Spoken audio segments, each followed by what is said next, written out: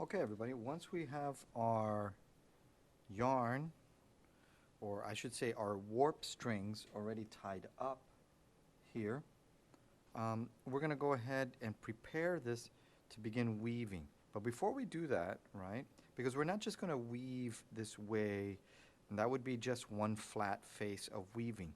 We have to actually bend this, right, and we're going to go ahead and we're going to put some tape along these edges to tape it here and to tape it right here to keep it together, because we are going to weave going around and around and around to create the pocket. Once we're done weaving that pocket, then we will, for the flap, we're just going to go back and forth, back and forth, back and forth. All right? So let's go ahead and tape these pieces together. Right here, I'm going to use a little bit of Scotch tape for this, or masking tape. Okay. And right here, I'm going to bend this back. Nope, not that one. I'm going to bend this one back. Okay. Just like this. And I'm going to go ahead and tape this together.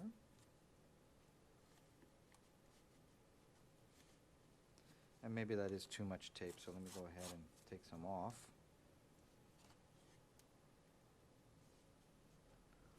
Okay, so I've got that one. All right, and now I'm going to go ahead and tape this other end. Remember that this piece, right? This is cord number 24 that finishes off, and it goes right in there. We're going to keep that in there. All right. Okay, so now we're going to go ahead and tape on this side. And you know, you see this little hanging string here. We're just going to hold it up like that. And we're going to go ahead and put tape over here. And wrap that around. And there is a reason why we had to add just one extra slot on the bottom to make it 24, whereas on the top it's 23. And that is so that way when you weave around your piece, you can keep the pattern of going over, under, over, under, over, under without an interruption. So we need it to be a little more on the bottom than it is on the top. 24 on the bottom, and then 23 on the top. Okay, so we're ready to go.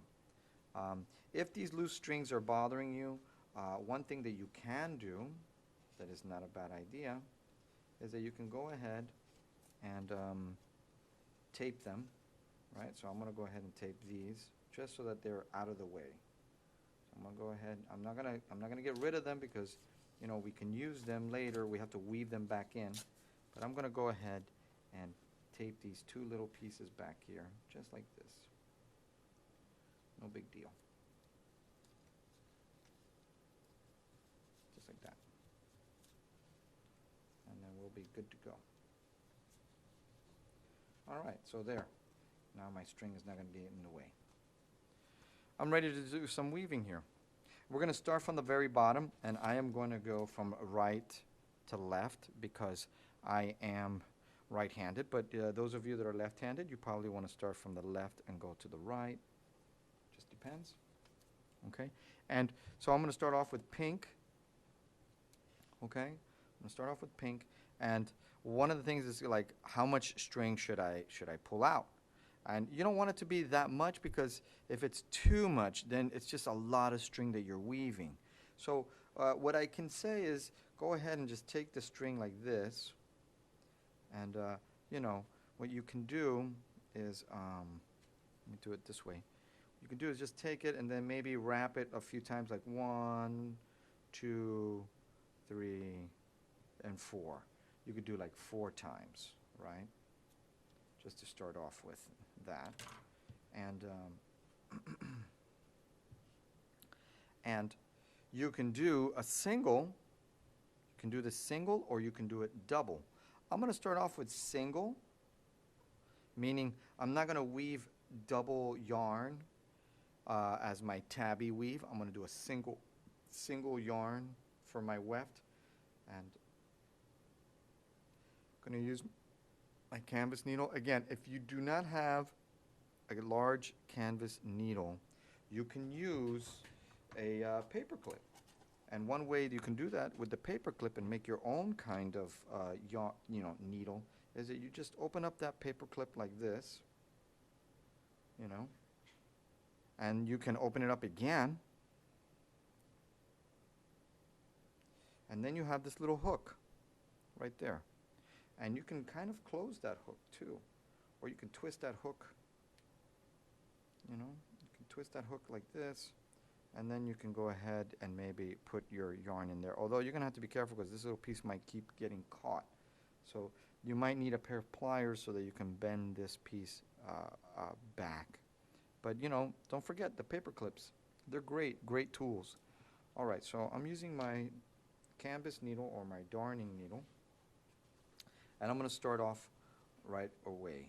I'm going to start off with under. I'm going to start off with under. I'm not going to start off with over. I'm going to always start off with under. And when I do this, right, I'm going over, under, over, and I don't want to